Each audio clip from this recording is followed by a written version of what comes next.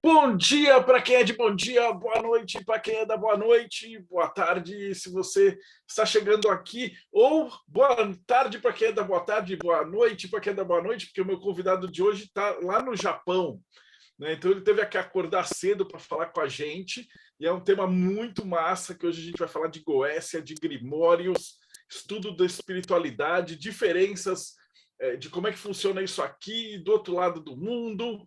Então, primeiro de tudo, seja muito bem-vindo, Robson. Como é que você está? Olá, Deldébio. Muito obrigado pela oportunidade, pelo convite. Estou ótimo e é um prazer estar aqui falando com vocês. Então, eu não estava sabendo que você estava no Japão. Foi o Ulisses, eu até vou agradecer o Ulisses que fez o contato, né? Depois, se quiser contar a história, como é que vocês se conheceram por causa do Enochiano e tudo. Mas como você já acompanha a gente, então é de praxe, né? Precisava saber assim. Eu ia perguntar, eu ia fazer a brincadeira que eu faço, falar assim: você quando é pequenininho, você é na igreja e tal, e depois foi parar no Japão e tal, mas a gente já sabe que você já nasceu numa família de Goécio, então você não ia pequenininho e não comia hóstia. Então, conta pra gente como é que foi a tua jornada, cara.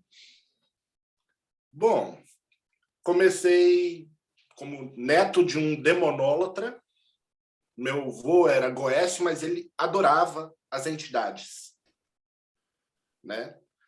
Meu pai caiu para Goécia Salomônica, tradicionalzinha. Já não era mais um adorador dos espíritos, no caso. E eu já venho com uma Goécia completamente diferente, muito mais astrológica. Então a gente vem mudando geração após geração na minha família. Grande parte influência da minha avó, que era Rosa Cruz, e me levou desde criança para esse ambiente. Então é aquela coisa, quando você nasce cristão, é mais estranho você mudar para o ocultismo, porque você vem com toda uma carga dizendo que isso é errado e tudo mais. Quando você nasce numa família onde as pessoas praticam magia, e isso é coisa que está na estante da sua casa desde que você é criança, então passa a ser um pouco normal. Você encara aquela situação como normal. Apesar de ser visto com estranheza pelas pessoas do colégio, foi uma experiência normal para mim, né? Eu cresci dentro desse ambiente onde se falava sobre magia de forma aberta, sem muita vela para falar sobre isso. E minha avó, ela percebeu que eu ia acabar caindo para o lado da Goécia mais cedo ou mais tarde, por influência do meu avô e do meu pai. E aí ela decidiu falar, não, eu vou levar esse moleque para a Ordem Rosa Cruz e ele vai seguir um caminho diferente. Lê do engano. Então, seguindo assim, eu fui na Ordem Juvenil, segui conhecendo outras coisas, conversando com amigos, praticando rituais de magias. Goécia sempre foi o foco da adolescência, né? Porque, querendo ou não, quando a gente é adolescente, a gente não quer saber de anjo. Anjo é sempre coisa de vó daí. É tipo aquela coisa, não, minha avó pratica magia com anjo, coisa de vó isso aí. Isso aí não é para mim, eu sou jovem, eu sou... E ela estava certa, e eu errado. Então, vamos lá. Minha jornada começou com 6 anos de idade, no misticismo mesmo. O dia era um dia antes do aniversário de 6 anos, minha irmã, e eu lembro disso porque a gente foi comprar um rádio naquele dia à noite. Só que a hora que eu cheguei do colégio e estava chovendo, meu pai estava debruçado sobre um livro, jogando umas moedas sobre a mesa, e eu achei aquilo a coisa mais esquisita do mundo. E eu parei ali e fiquei vendo meu pai fazer aquela coisa esquisita de jogar moeda, fazer um risquinho no papel, e faz aquilo. Até que eu cheguei perto e ele notou minha presença e ele falou, filho, esse livro tem todas as respostas. Robson, que livro era esse? Esse livro era o I Ching. Meu pai, ele era um telemita E ele estudava Telemann nos anos 70, 80. Tá? E estava debruçado sobre o I Ching, um oráculo chinês. Ainda estava utilizando o método das moedas. E ele me ensinou a fazer o jogo, a perguntar para o I Ching. E eu fiquei maravilhado como um livro teria todas as respostas para qualquer pergunta que eu pudesse formular. Para uma criança de 6 anos, isso é maluquice. E esse foi meu primeiro passo dentro do ocultismo, o I Ching, que veio possivelmente a me influenciar depois com as artes marciais que eu escolhi, as chinesas, diferente do meu pai que praticava o kickboxing. Então, eu passei a fazer estudos, né? Mesmo que ainda criança, do I Ching. Uma criança lendo I Ching é uma loucura, né, gente? Porque é aquilo, eu lia, ia falar com meu pai falava, você entendeu errado, é isso e isso. Então, o primeiro contato foi com o oráculo, e o oráculo foi o I Ching. Crescendo um pouco mais, vendo os livros que nós tínhamos na estante, claro, uma criança nerd, curiosa, vai folhear um monte de livro, vai ver um monte de figuras, né? Vamos citar esse aqui, que me impactou bastante, Dogma e Ritual da Alta Magia. Quando eu vi a figura do Baphomet pela primeira vez, eu falei, minha família adora o diabo.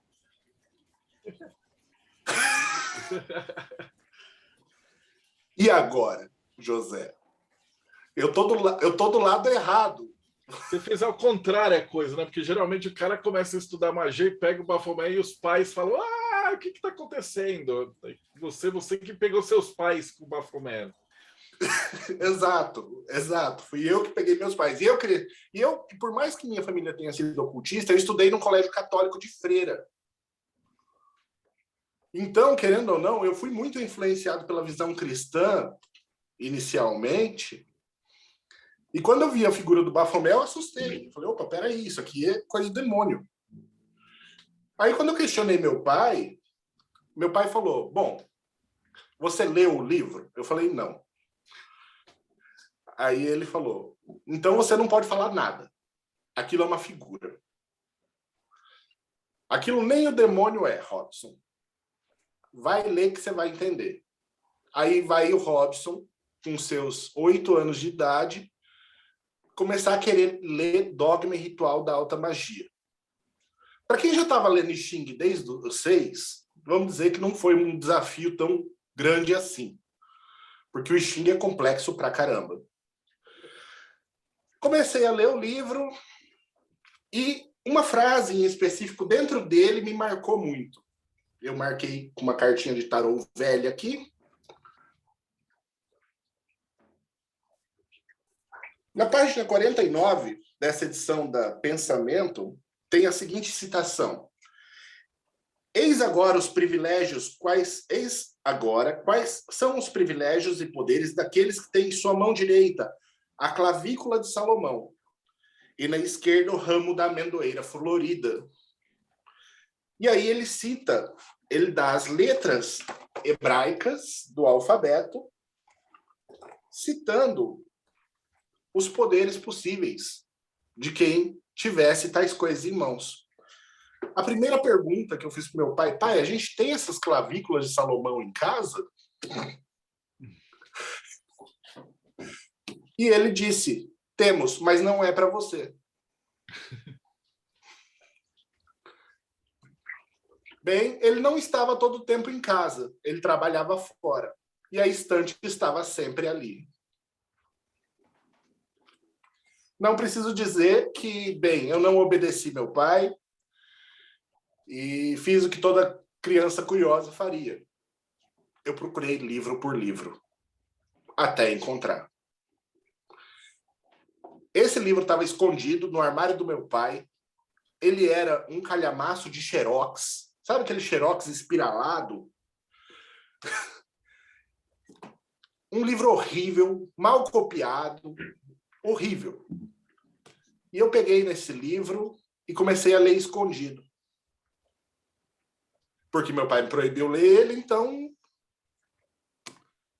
Aquela coisa, enquanto o papai não está em casa, vamos lá. E um dia meu pai me pegou, óbvio. Quando ele me pegou, eu falei, agora apanhei, né? Agora eu vou apanhar. Não. Ele sentou comigo e falou, olha, isso aqui não é para você. Você precisa crescer muito para entender isso aqui. Me explicou por cima o que era. E eu perguntei para ele, pai, mas por que você fala com o demônio? Eu já julguei meu pai, já condenei e botei na fogueira. Aí ele falou, antes de falar com o demônio, você tem que falar com muita gente antes. Vamos colocar dessa maneira, filho.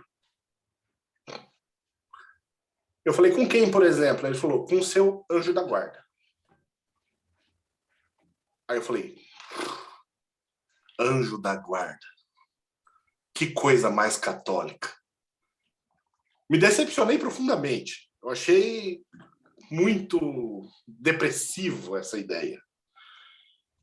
Ok, abandonei a ideia, continuei vivendo, aprendendo várias coisas, até que eu fui roubado aos 12 anos de idade. Eu fui espancado e roubado, roubaram meu tênis. E foi então quando eu cheguei em casa descalço da escola e meu pai falou que era hora de entrar para as artes marciais. Ele me levou para ver academia de judô, karatê, diversas artes marciais que tinham na nossa cidade. Eu não gostei de nada. Mas, um dia, ele me levou num lugarzinho que estavam treinando Kung Fu numa praça. Eu falei, caraca, isso é legal. Quando eu vi um cara rodar um nunchaku pela primeira vez, eu falei, é isso. Esse é o negócio que eu quero aprender. E a partir daí, comecei a praticar artes marciais. Como isso tem a ver com a minha carreira mágica? O Qigong. As práticas e exercícios respiratórios do Qigong foram o meu pranayama, foram os meus primeiros contatos com algo além do físico, energias, né? E isso me despertou uma nova consciência. Isso eu tinha 12 anos de idade e estava já com muita coisa na cabeça, teosofia da Blavatsky, I Ching, só que estava tudo uma bagunça na minha cabeça. Minha avó me levando para a Ordem Rosa Cruz, do qual a parte que eu mais gostava era a sopa no final, que eles serviam com pão. Mas eles tinham uma biblioteca muito legal. E eles tinham uma coleção específica, uma enciclopédia oculta, que agora não vou me lembrar o nome, mas era uma enciclopédia que tinha... Era alguma coisa ciências ocultas. Uma enciclopédia bem antiga. Mas eles tinham todos os fascículos e era uma coisa bem maluca. E eu li tudo aquilo. Eu passava a maior parte do meu tempo, quando eu ia à Ordem Rosa Cruz, na biblioteca. Eu gostava muito. Ciências Proibidas, é isso aí mesmo, Ulisses. Sim. E eu li toda essa porcaria, cara. E como em casa a gente tinha disso aos quilos na prateleira, então me senti em casa. Voltando aos 12 anos, comecei a me interessar mais por esse lance de energia. Meu pai, como tinha praticado yoga, né, começou a falar de asanas, pranayama, e tudo aquilo ficou muito longe do meu contexto, que era um pouco mais chinês. Praticava Tai Chi Chuan, praticava Qigong, praticava Kung Fu, mas eu não via muita lógica em praticar um asana, por exemplo. Meu negócio era movimento. Esse negócio de estar parado, respirando, não era muito a minha praia. Anos depois, ali pelos 14, finalmente, depois de reler esse livro com outra mente, outra mentalidade, meu pai falou, ó, agora você está pronto para ler isso aqui. E ele mesmo me deu o Lemegeton para ler. Ele falou, só que tem uma questão, filho. A ordem dos livros está errada. Eu falei, como assim? Aí ele falou, o livro 1 chama Ars Goetia e esse é o último que você vai ler. O último livro é o Ars Notoria e esse é o primeiro que você vai ler. Você vai ler os livros de trás para frente na ordem. Eu, por quê? Aí ele falou, no ocultismo, filho, muito do que estão nos livros estão de forma confusa, propositalmente colocado assim. Para que as pessoas não entendam isso. Tá, pai. Ok. Comecei a ler. Parecia um livro de rezas. E eu achei bem esquisito isso. Como isso é magia? Rezar é magia? E meu pai chegou para mim e falou, olha, magia é a religião, religião é a magia sancionada pelo Estado. Cara, que definição maravilhosa. Tá? Eu falei, ok, pai. Então, rezar dá certo. Aí ele falou, dá e não dá. E eu fiquei louco com essa resposta, porque eu odiava quando meu pai falava que uma coisa dava certo e não dava certo. Porque quando ele fazia isso, era porque era bem mais complicado do que eu queria colocar. E aí, eu perguntei para ele desse livrinho nojento aqui. O livro de São Cipriano. Que para mim sempre foi um livro de orações. Aí ele falou, tudo dá certo, desde que você faça acreditando que aquilo tem chances de dar certo. Se você acredita de verdade em algo e faz com fé, dedicação, crendo realmente naquilo, então você consegue que aquilo funcione. Até mesmo esse outro livro aí de São Cipriano. Se você não acredita, você pode pegar qualquer coisa. Não funcionará. Por quê? Porque você entra para lutar, e aqui a gente está fazendo um paralelo entre artes marciais e magia. Quando você entra para lutar achando que você vai perder, inevitavelmente você perde. Isso é algo... Quando a pessoa entra já derrotada em um ringue, em um tatame, alguma coisa, ela perde. Isso é fato. Eu já tinha cabeça para entender isso, porque eu já tinha ido para competições de artes marciais, já tinha entrado em tatame falando, pô, esse cara é muito bom, eu vou perder, e perdi. E quando eu entrava falando, eu vou arrebentar, eu arrebentava. Poxa vida. Aí eu falei, tá bom. E aí eu achei aquilo tudo muito chato. Eu falei, nossa, meu Deus do céu. Coisa chata. Anos depois, comecei a ver questões como o Trivium, Quatrivium e a educação mágica ali dentro. O Trivium, gramática, dialética e retórica. Como isso pode ajudar um mago? Poxa vida, gramática, saber a importância de se comunicar corretamente, né? A importância da correta comunicação. A dialética, a importância de sintetizar ideias a partir de duas ideias diferentes formam uma nova ideia. A retórica, o uso eficaz da linguagem para convencer ou constrangir entidades, ou mesmo pessoas, que também não deixam de ser entidades. E dialogando com meu pai, ele falava, se você... Esse livro te abre a porta, né, magicamente, para você adquirir essas habilidades. Isso é fundamental a todo mago.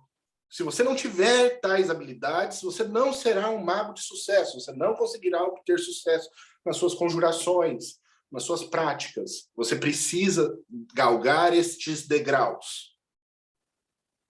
Você quer falar com o demônio lá, pedir coisa para ele no final? Quero, pai. Então, primeiro você vai ter que passar por aqui. Beleza. Estudei, pratiquei, fiz a arte da memória, fiz todas aquelas orações com fé e aquele programa. E anos depois eu vim descobrir que, por exemplo, a Ars Notória tem muita similaridade com, por exemplo, as chamadas enoquianas. E agora eu estou cutucando Ulisses. Nós temos 17 notas no Ars Notória que são feitas como as chaves enoquianas são feitas. Para que aquilo ative em nossa mente determinadas capacidades mágicas e traga-nos habilidades através dos santos anjos, né? Então eu entendi que o trivium, quadrivium, a arte da memória eram fundamentais. Fiz as práticas, evolui grandemente, acabei até entendendo de uma maneira mais psicológica de que ficar fazendo orações me ajudava a me tornar mais eloquente.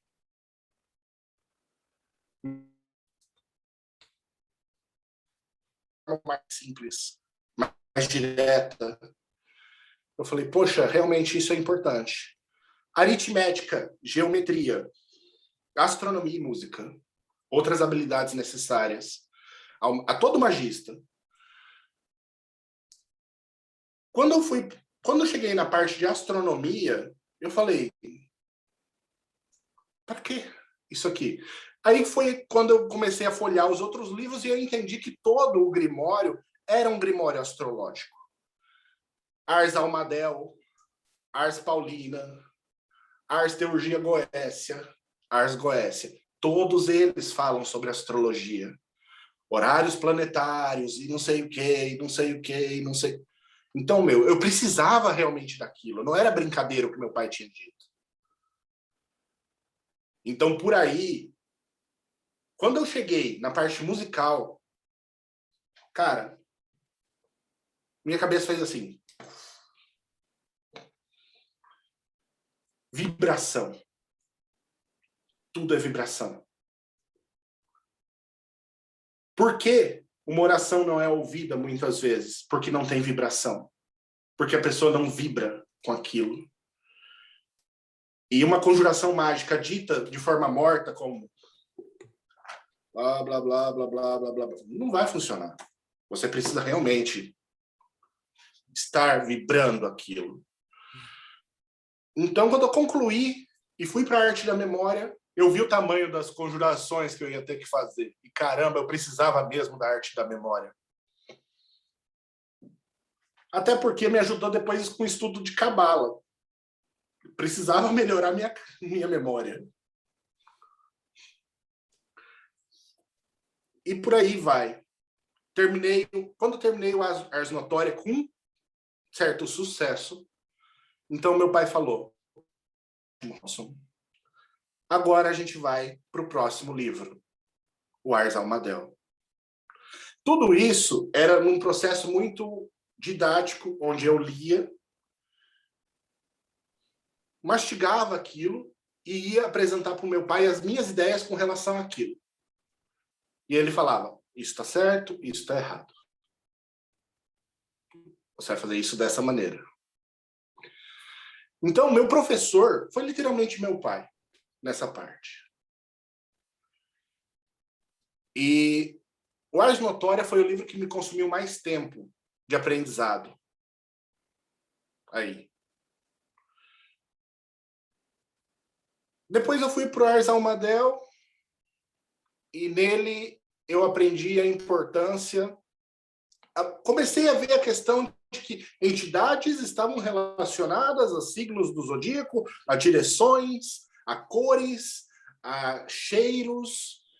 E aí eu falei, caramba, não é religião.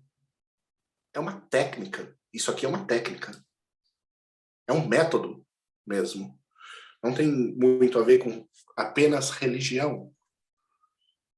E foi onde eu tive a minha primeira evocação. Quando você tem a sua primeira evocação, independente de você ter nascido numa família de místicos, magos, quando a primeira vez que você vê a entidade, cara, você surta, independente. Eu não sei se foi assim para todo mundo. Para mim foi, eu surtei. Eu surtei quando eu chamei o anjo. E ele apareceu. Eu falei, caraca, isso é real. Que eu estava praticando, mas eu estava ainda muito fechado no aspecto de que, não, isso é uma questão muito mais mental. É imaginação, é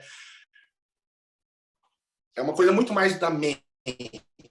Não é tão espiritual assim. E não, quando apareceu o espírito, eu falei, caraca, eu tô errado. Eu preciso agora rever os meus conceitos. Tive meu contato com a entidade, conversei com ela, fiz os meus pedidos. Foram atendidos. Isso me deu uma força enorme para continuar estudando. Aí, quando eu vi que eu tinha que falar com anjos primeiro, eu não entendi e fui perguntar para meu pai, pai, por que eu tenho que falar com o anjo primeiro? Por que eu não posso falar lá com os demônios? Você não falou que os demônios eles são mais humanos no aspecto de compreensão? Ele falou, filho, é o seguinte, você precisa primeiro entrar em contato com o mais elevado, com campos de vibração mais elevados, para que sua energia também tenha uma vibração mais elevada, para que quando você vá conversar com entidades de baixa vibração, você não seja tão afetado. Vamos elevar o seu campo vibratório primeiro, para depois você sujá-lo. Ok? Tá bom, pai. Vamos lá? Eu sabe os ensinamentos, porque a galera hoje em dia faz ao contrário, né? Primeiro o cara se caga tudo e já vai para as goécias de internet e aí não sobrevive para chegar no anjo. Exato. Aí eu fiz esse trajeto um pouco mais no Almadel, cheguei no Ars Paulina. Cara, novamente a questão do Sagrado Anjo Guardião. E eu já tinha passado por esse amigo aqui, o livro de Abraham Melin. E eu achei esse livro totalmente inútil, tá? Não vou negar. Essa foi a minha concepção da época. Um ritual impraticável para os dias atuais. Lixo. Foi assim que eu pensei. Penso muito diferente hoje. Entrei no Ars Paulina e, cara, novamente a questão do Sagrado Anjo Guardião. Quando eu fui falar com meu pai sobre o Sagrado Anjo Guardião, meu pai falou, Robson, é fundamental você ter contato com o seu Sagrado Anjo Guardião, senão sua magia não vai funcionar nunca, velho. Se você não tiver o seu guia, a sua entidade ali com você, velho, não vai. Meu pai, mas isso é tão igreja católica. Eu dividi com meu pai a minha concepção. Meu pai quase caiu para trás de tanto rir nessa hora. Aí ele começou a me apresentar um pouco sobre Crowley e o pensamento do Crowley. Eu via que ele falava com muito gosto do Crowley. E falou, e cara, eu falei, tá, então para mim fazer magia de verdade, eu preciso mesmo entrar em contato com esse tal anjo da guarda. Sim. Aí ele falou, a gente vai ter que comprar uma bola de cristal para você. Eu não posso continuar utilizando a sua? Não. E quando a gente falava de comprar alguma coisa nessa época, a gente já estava dizendo, você vai trabalhar, vai comprar tal coisa. Já não era mais o dinheiro do papai. E convenhamos que em idos 1990X, eu não lembro a época, não era nada barato ou fácil conseguir uma porcaria de uma bola de cristal. Eu paguei caro. Comprei a bola, fiz os rituais do Ars Paulina e finalmente consegui o contato com o meu anjo da guarda. E eu descobri que ele era um cuzão. Por quê? Porque tudo que eu queria não era exatamente o que ele queria. Ai, cara, que complexo toda essa história. Fiz os rituais do Ars Paulina, tive contato com o meu anjo, ok, estava tudo indo bem até aí. Maravilhoso.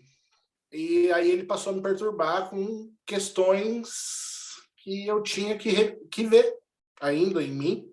Bom, era óbvio, ainda tem muita questão atrasada para ver com ele, mas ele começou a me incomodar como entidade, ele começou a se tornar cada vez mais presente no dia a dia e começou a me incomodar. Ó, isso que você está fazendo sabe que é errado, não faça dessa maneira.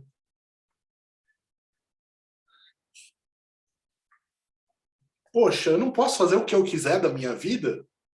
Um dia eu perguntei para ele. E ele falou, não. Poder você até pode, mas você não quer de verdade isso. Tá bom.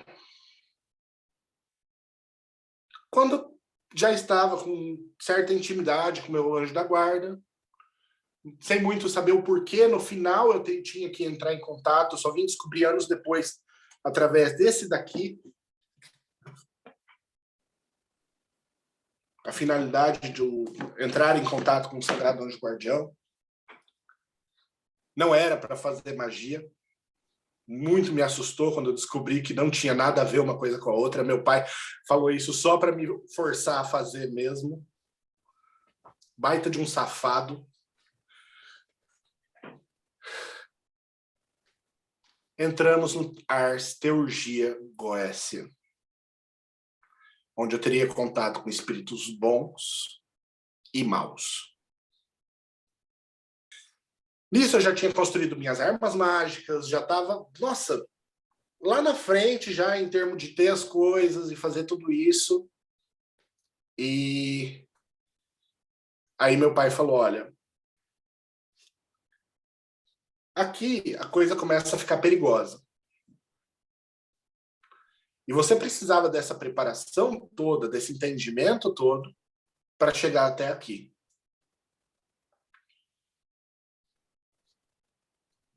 E comecei a fazer os rituais. Eu nunca fui tão humilhado na minha vida. Quando eu chamei uma entidade maligna para conversar, e foi totalmente diferente do que eu imaginava. Eu imaginava que ela ia me oferecer um pacto para mim ser feliz, para mim ter dinheiro, para isso. Não, não, não, não. Ele literalmente atuou como Satã, como o meu opositor. Ele pegou tudo o que era vergonhoso, nojento, podre em mim, fez uma tortinha e esfregou na minha cara. E eu falei, caramba, e agora? O que eu vou fazer com isso? Eu tinha duas opções naquele momento. Fraquejar ou olhar para tudo aquilo que ele apontou de errado em mim e falar, é isso que eu tenho que mudar e melhorar. Eu optei pela segunda. Estou tentando até hoje. O trabalho sobre si mesmo, no final das contas, foi uma das coisas que eu mais aprendi com o Grimório e com a educação mágica que eu tinha que receber para chegar onde eu queria, que era a conversação com os demônios. Nada me fazer conjuração e chamar um demônio para conversar, a não ser o meu próprio medo. Nossa, você teve medo de praticar Goécia? Sim, tive. Sim, tive. Mesmo sendo de uma família de ocultistas sérios, e as histórias não eram bonitas quando a gente falava sobre demônios ou contato com eles. Não eram nada bonitas. Até porque meu pai, ele era muito hermético em determinadas coisas, e ele era muito de questionar, e ele falava, quando você chamar um demônio, que garantia você tem de que é um demônio? Quando se chamar um anjo, que garantia você tem de que é um anjo? E ele fazia esse tipo de pergunta e eu ficava cada vez mais... que horrível ter que ficar pensando sobre isso.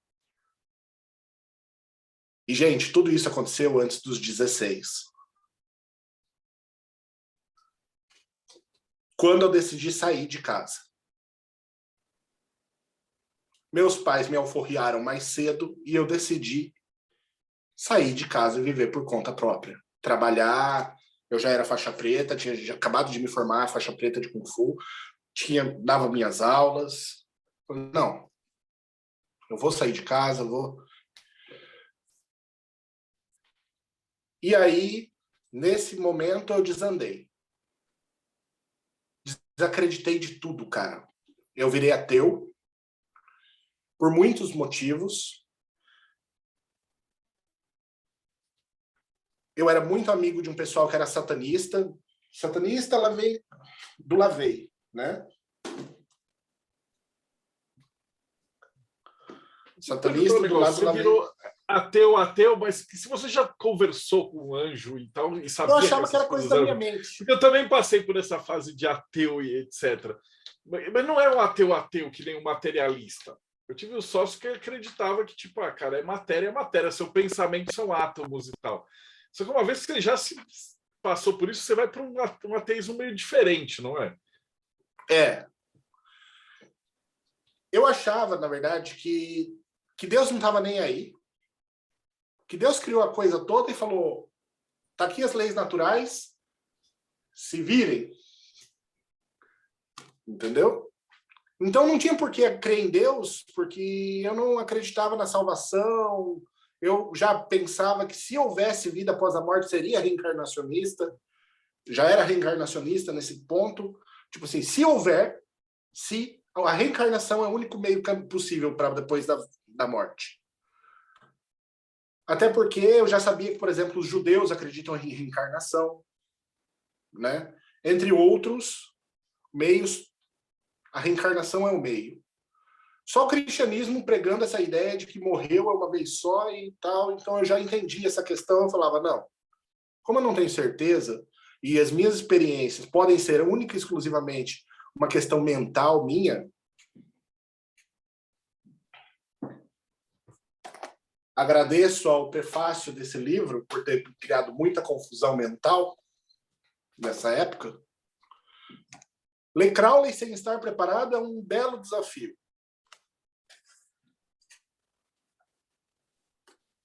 Então, eu passei um período ateu. Ateu / satanista lavesiano. Aos 21 anos, eu fui confrontado com uma evangélica e eu falei, seu Deus não existe. O que você acredita é besteira. Aí ela falou, existe. Eu falei, prove. Prove. E ela falou, tudo bem. Deus a palma da mão direita. Era impossível ela conhecer isso, porque nós não tínhamos nenhum contato em comum, nenhum.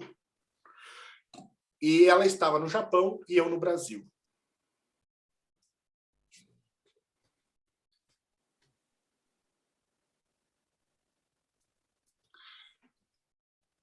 E eu era de tudo menos um negacionista. Eu exigi uma prova e ela me deu. Ai, que delícia! Minha mente virou uma salada naquele momento. Eu falei, Deus existe e eu preciso aceitar ele agora. Falei, tá, como é que eu faço para conhecer esse seu Deus? Porque eu já sabia da existência de milhares. Ela falou, faz assim, vai numa igreja. E foi o Robson, que estudou Goécia, que estudou Elemengueton, tudo isso entrar numa igreja evangélica. Eu achei que quando eu entrasse eu ia queimar. Mas tudo bem. Passei um período evangélico também, logo após o ateísmo.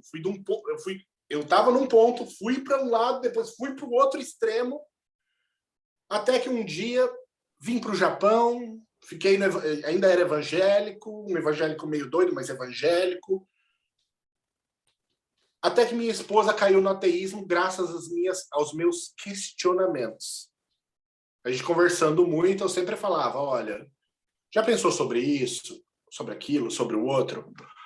E eu acabei herdando a capacidade do meu pai de questionar, né? Tudo. Principalmente a autoridade imposta. E ela caiu no ateísmo. Eu falei, você não pode ser ateia. Aí ela, posso? Eu falei, não pode. Não sem conhecer, pelo menos, as outras opções. Aí, dali, o Robson fazer o que meu pai fez comigo. Quando meu pai quis que eu aprendesse arte marcial, nós vamos em todas as academias da região. O que eu fiz com a minha esposa? Nós vamos em todos os templos da região. E fomos em tudo. Kardecismo, tudo. Só faltava um lugar. Um terreiro de Umbanda. Quando eu falei para minha esposa, agora a gente vai na Umbanda, minha esposa deu um pulo dessa altura. Ela falou, não. Ex-evangélica, crescida na igreja evangélica, Assembleia de Deus, jamais ela ia querer pisar num templo de Umbanda. Pois sim, fomos. Nós chegamos lá numa gira de Exu. Olha que delícia. Eu já conhecia. Eu já tinha ido. Ela não. E ela adorou. Adorou. Simplesmente. Achou aquilo maravilhoso. Falou, me encontrei. Se eu for praticar alguma religião, é a Umbanda. Eu falei, viu como faltava pontos de vista diferentes para você? E nesse local, o pai de santo olhou para mim e disse, Robson, você é bem-vindo aqui, você é muito bem-vindo, mas aqui não é o seu lugar. Eu me retraí nesse momento. Falei, ué, não, eu fiz algo errado? Eu ofendi alguém? O que será, né? Ele falou, Robson, volta para as práticas da sua família. Que você aprendeu. Primeiro, você está mal resolvido ali. Você é bem-vindo para vir toda a gira, se você quiser. Mas primeiro você precisa retornar. Eu falei, tá. A única coisa que eu ainda não tinha feito, de fato, era evocar um demônio, Goécia. Aí eu falei, mas o que falta para mim? E aí ele virou para mim e deu na bucha, sem me conhecer. Te falta Goécia. Uau! Sério mesmo? Ele, sério mesmo. Você é bem-vindo, pode continuar vindo, mas te falta a prática da Goécia. Escutar isso de um pai de santo, do outro lado do planeta, aqui no Japão, foi um bagulho muito esquisito para mim. E aí, bom, eu fiz um círculo, fiz um triângulo, comecei a fazer as ferramentas, fui atrás do livro, né? E tudo mais. Primeiro livro que eu peguei na mão, depois de muitos anos de magia, as chaves maiores e menores, né? Aqui só tem o livro de Goécia e a chave maior de Salomão, do Samuel Liddell McGregor. Matters. Fiz o ritual. Eu estava num momento difícil financeiramente e eu evoquei um demônio relacionado ao dinheiro e eu falei, cara, eu preciso de dinheiro. Você não tem vergonha de pedir dinheiro na espiritualidade, Robson? Não, não tenho não. Tá? Não tenho. E eu falei, eu preciso de $1.000 pro final desse mês. Eu preciso. E, cara, no dia 28 não tinha entrado um centavo diferente na minha mão. Nada. E minha esposa já estava dando risada de mim. Ela falando, você devia ter pedido para um Exu, você devia ter feito isso, você devia ter... Sabe? E no dia 31 daquele mês, $1.000 entraram na minha mão, sem expectativa, do tipo, como? Dívidas antigas foram pagas. Coisa que eu nem esperava, de tão antiga que era. E eu falei, caralho, esse negócio funciona. Desculpa o palavrão. Claro. E eu falei, pô, então esse negócio funciona mesmo e eu preciso dar uma estudada melhor nesse negócio. Vai o Robson revisar todo o livro, desde o primeiro capítulo. Então, esse aqui me veio à mão. Uma edição com 5, que era o que eu precisava, não só com Goécia, né? Beleza.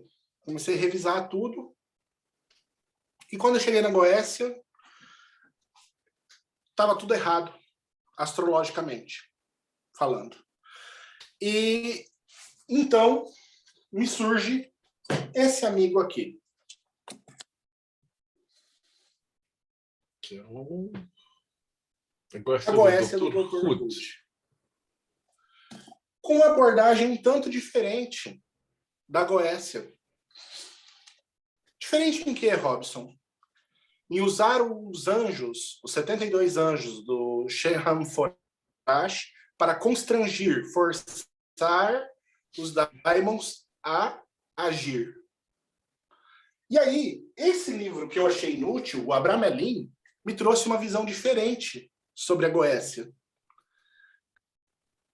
Em vez de utilizar os Daimons para pedir coisas, eu posso pedir aos anjos que constranjam essas entidades negativas a agir, né, segundo a inteligência e julgamento dos anjos, o meu pedido. Evitando, assim, de que houvesse algo pior acontecendo no meio. Então, a minha Goécia passou a ser uma Goécia onde eu chamo o anjo, falo para ele constrangir determinado Daimon, agir ou simplesmente parar de interferir no meu caminho. Porque eu passei a ter uma visão de o Daimon não como uma entidade inteligente, tão inteligente, mas sim como uma força a ser dominado por uma inteligência superior. Comandado, né? Dirigido, ter uma força dirigida por uma consciência superior. E aí eu vi que astrologicamente aquela organização de reis no domingo tá errada. Por quê? Aqui eu vou ter que falar um pouquinho, eu peguei um PDF para me ajudar, um PDF que eu mesmo escrevi. Não vou compartilhar a tela porque está em um dispositivo diferente. Mas, por exemplo, os decanatos, nós temos Áries, primeiro decanato, planeta Marte, Sol, Júpiter. Só que Bael, que supostamente é um rei da Goécia, seria solar, está num decanato de Marte. Uhum. A gente chegou na mesma conclusão que você. Numa questão... Quando a gente estava fazendo o deck de tarô, que a gente pegou a mesma coisa, o Grola virou para mim e falou, mano, tem alguma coisa que não bate. Ele falou a mesma coisa que você. Eu falei, puta, é mesmo, cara. E aí, tanto que a gente teve reclamação do pessoal que trabalhava por conta que a gente fez o deck com a nossa concepção. E você chegou no mesmo ponto, cara. Aí, outra inconsistência grande que eu encontrei no Grimório da Goécia era a ausência quase que total e inutilidade do sábado, do dia de Saturno. No Grimório tradicional, você vai encontrar uma entidade. Utilizando os decanatos, a organização dos decanatos e a Goétia do Dr. Hood colocando os anjos sobrepostos sobre os Daimons, os 72 pelos 72, eu acabei vendo, através da ciência cabalística do Lenaim, né, essa questão dos decanatos e dessa organização. e eu acabei organizando, para mim, uma organização completamente diferente dos dias da semana para cada daimon. Onde Sol virou Vásago, Samigina, Glacia Lábulas, Buni, Camil e Murmur. Não tinha nada a ver com o que originalmente era esperado. Aí passou a ser 6 no Sol, 6 na Lua e 12 em cada um dos restantes. E eu falei, caramba, isso tá bem diferente do original. E só o que me confortou foi o fato do meu pai ter me dito que nos grimórios haviam coisas erradas de propósito. E eu falei, agora eu entendi muita coisa. Isso me trouxe, através de um grimório, a conhecer toda uma arte mágica diferente. Eu tive que estudar astrologia, astronomia, gramática, dialética, um monte de outras coisas para chegar na Goécia. Onde eu vejo a galera hoje entrando direto na Goécia, e uma Goécia bem ruinzinha. E esse foi o meu trajeto com o Lemegeton. Vivendo no Japão, entrando num terreiro de Umbanda e escutando que eu deveria praticar Goécia. Caramba, que esquisito, né? Me filiei a algumas ordens depois que retornei à prática. Me filiei à Bota, Builders of the Adytum. Me filiei a Golden Dawn, do David Griffin, que não é lá grande coisa, vamos dizer, diga-se de passagem. Já saí da ordem dele. Estou no átrio da Arcanum Arcanorum, um pouco parado demais, para falar a verdade, eu preciso retomar os estudos. E tenho estudado vários outros grimórios, tenho aqui vários outros, tenho desde o Grande Grimório até o livro do Waite, de Magia Negra e Pactos, com o olhar de demonólogo e não demonólatra, que eu acho importante a gente separar demonologia, demonolatria, satanismo, luciferianismo. Eu não tenho nada contra nenhuma dessas outras doutrinas, é importante deixar claro isso, tá, galera? Não tenho nada, se você segue uma dessas linhas, ok, é o seu caminho, não é o meu. Vamos deixar apenas isso. E outros questionamentos depois foram vindo com o tempo, como, por exemplo, onde estão os sigilos dos daimons dos magos do passado? Não se encontra nenhum em nenhum museu.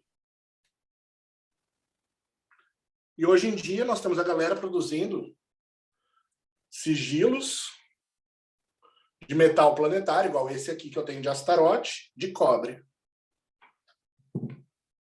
Mas essas peças, por incrível que pareça, do passado não existem, só existem nos livros. E isso leva a alguns questionamentos importantes. A Goécia, como nós conhecemos, foi realmente praticada no passado? E aí a gente vem na historicidade dos livros.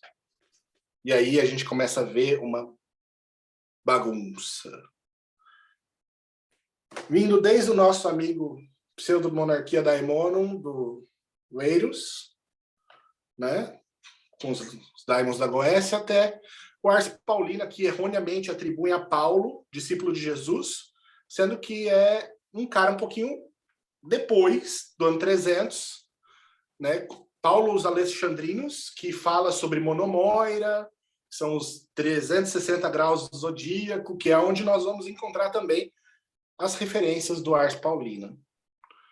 Então, assim, a minha busca dentro do Lemegeton foi um pouco mais do que apenas falar com o demônio e ganhar dinheiro. Houve. Mas a taumaturgia, ela foi o último ponto de um caminho teúrgico enorme. E eu gostaria de deixar isso claro, porque eu não vejo muito disso por aí. Porque para mim foi assim, e eu acho que deveria ser assim para todo mundo. A galera buscar conhecer o que o Grimório tem de uma maneira muito mais sincera do que apenas querer pedir para um demônio alguma coisa. É muito mais profundo, galera. O ensinamento mágico que um único Grimório pode te dar, é muito mais profundo do que isso. Ser mago não é só ser um taumaturgo, um realizador de milagres. Praticar magia, se você não altera o seu mundo interno e externo, mas principalmente o interno, para que as manifestações do externo sejam reais, não é uma coisa muito interessante. É importante o mago buscar se desenvolver, ter a sua educação mágica bem desenvolvida, antes de confrontar as forças opositoras, os daimons. Que muita gente nem sabe a diferença entre um daimon, um egum ou alguma coisa do gênero.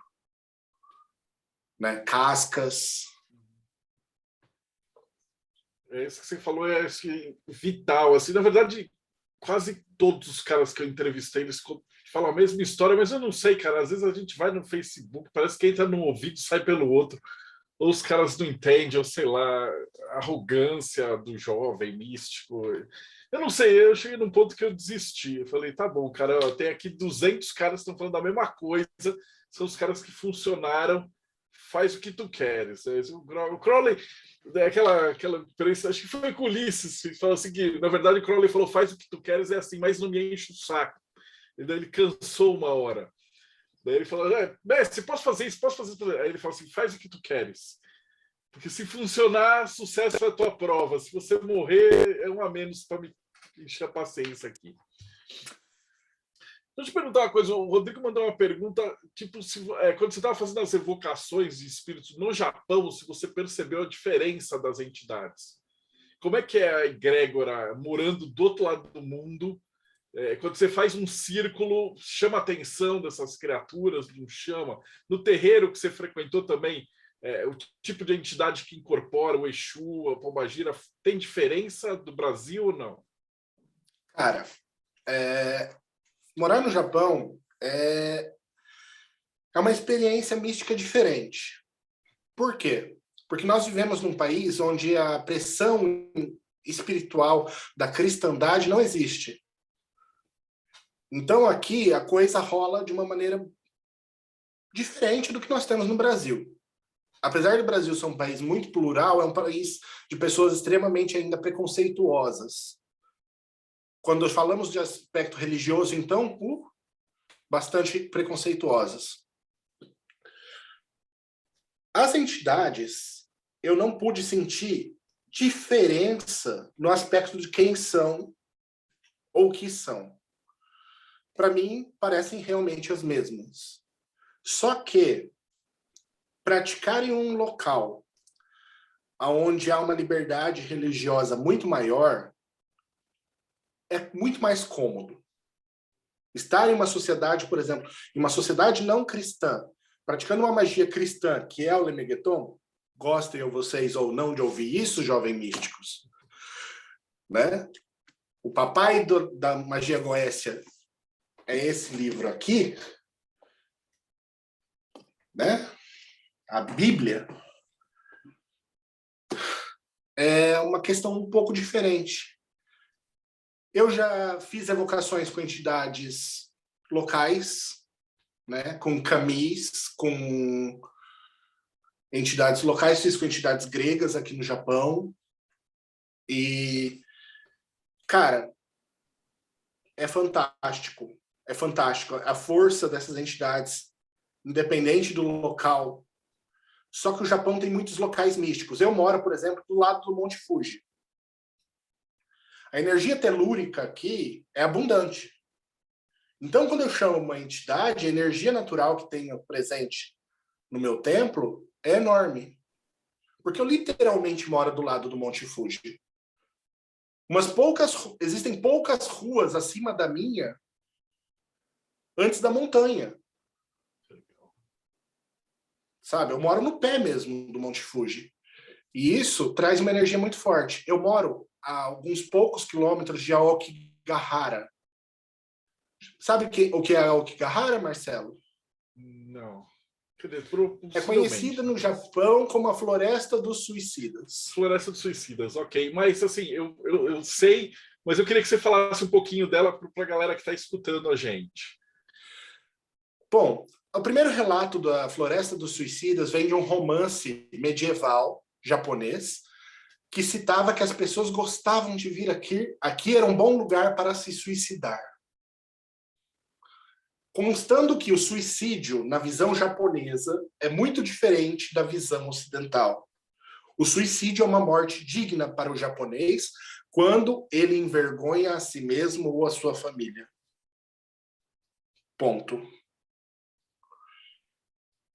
A Aokigahara, por ano, morrem 250 pessoas em média naquela floresta. Elas vão lá para se suicidar.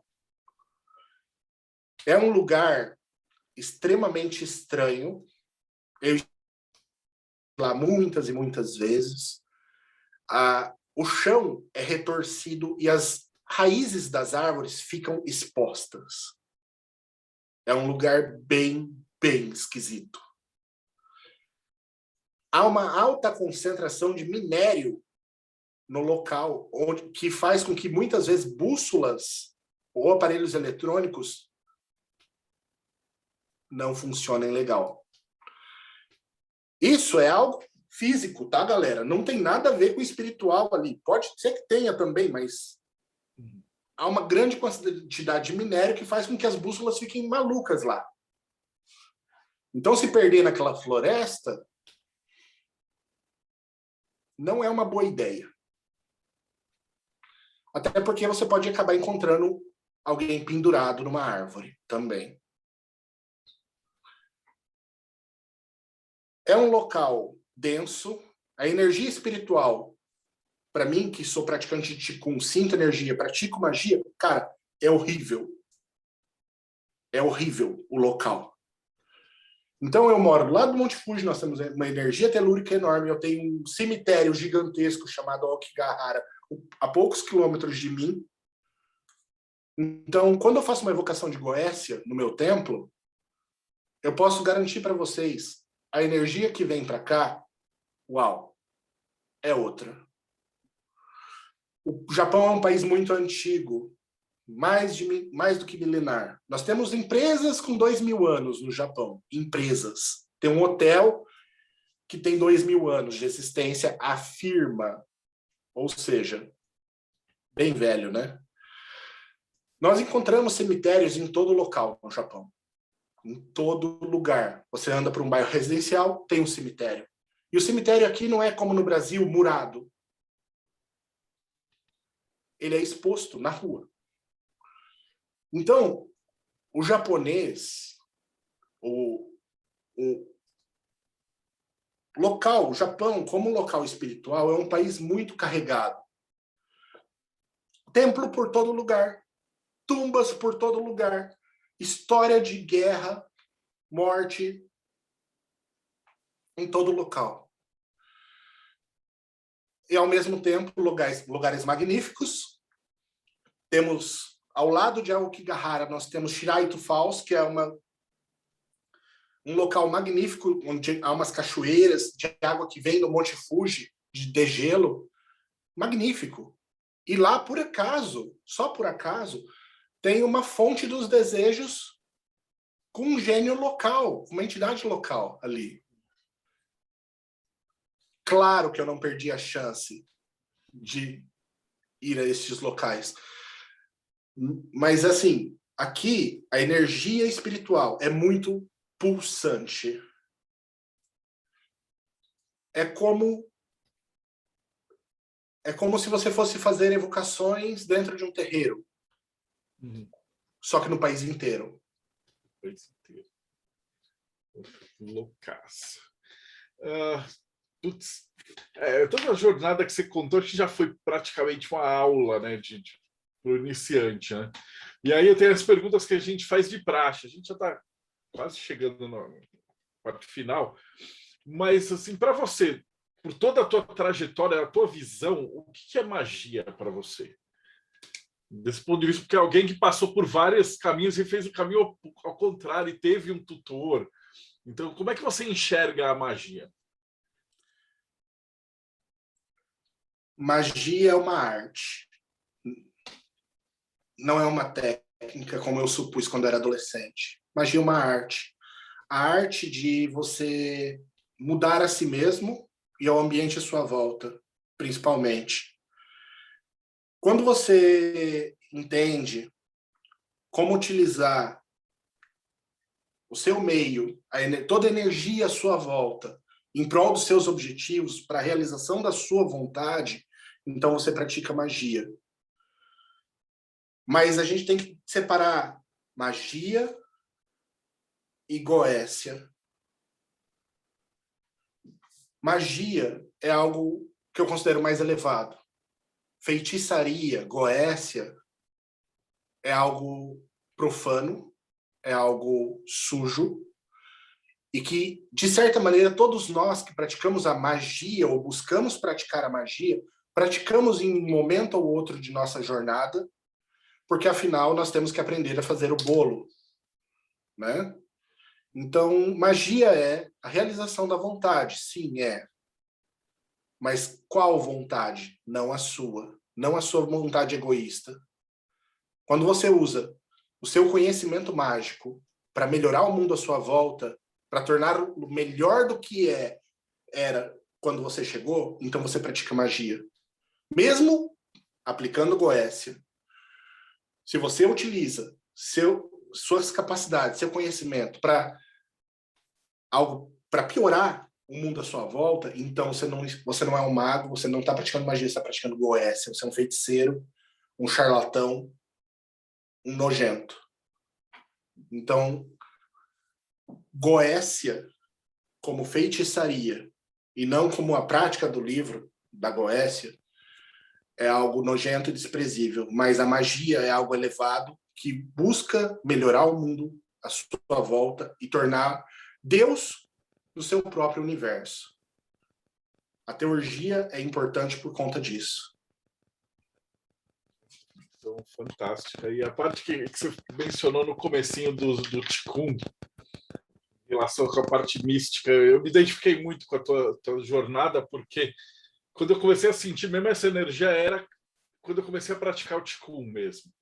Que é a hora que você faz as posturas, a respiração, e você literalmente sente toda aquela energia fluindo, né? E, assim, para finalizar, eu tenho só mais duas perguntas para ter. A primeira é, que conselho que você daria para um cara que está começando com Grimório? Então o cara olhou e falou, pô, olha só. Cara, assim, a galera vai estar com aquela invejinha, ele fala assim, pô, bem que meu pai podia ser um demonólatra em vez de ser um evangélico, né? Que sorte. Mas para quem não teve essa facilidade, essa honra, que conselho você daria para alguém que está começando? Não acredite em tudo. Questione. Busque entender o que construiu aquele grimório. Então, você vai ter uma concepção muito melhor do livro que você tem na mão. E não seja um homem de um livro só, como os evangélicos usam a Bíblia. Não. Você quer estudar magia através do Grimório? Faça comparações, leia Grimórios diferentes da mesma área. Você vai ler demonologia? Leia Goécia, leia o Grande Grimório, leia o Pseudomonarquia, leia... Esse eu não vou saber nem falar o nome. Leia diversos Grimórios. Leia muito. Compare, estude. Tudo. Não acredite em tudo. Porque se você entrar nessa vibe, você não vai muito longe. É fantástico. E a última eu esqueci de avisar. A gente sempre pergunta se você quer. Como é que te acha na internet e tal, mas eu esqueci de te perguntar se você quer ser achado, né? Tá. Você tem o site de Enoquiano, né? A gente acaba falando um pouquinho, mas passa aí, como é que a galera te acha? No Instagram, o pessoal vai me encontrar como Tarô no Japão. Minha profissão hoje é ser tarólogo.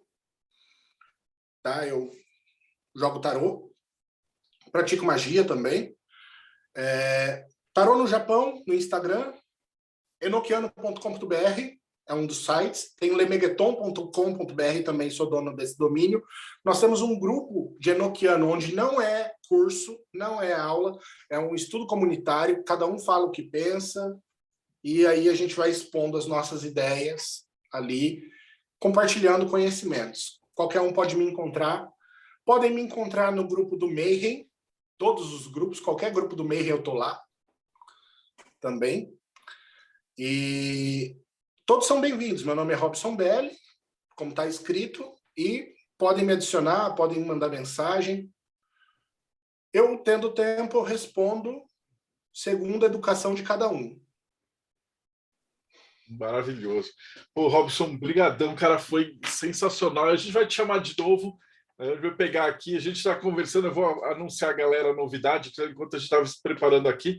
Eu falei com o Ulisses, com o Rodrigo, com o Thiago, e a gente vai começar a se juntar, porque a gente não tem nada para fazer de noite.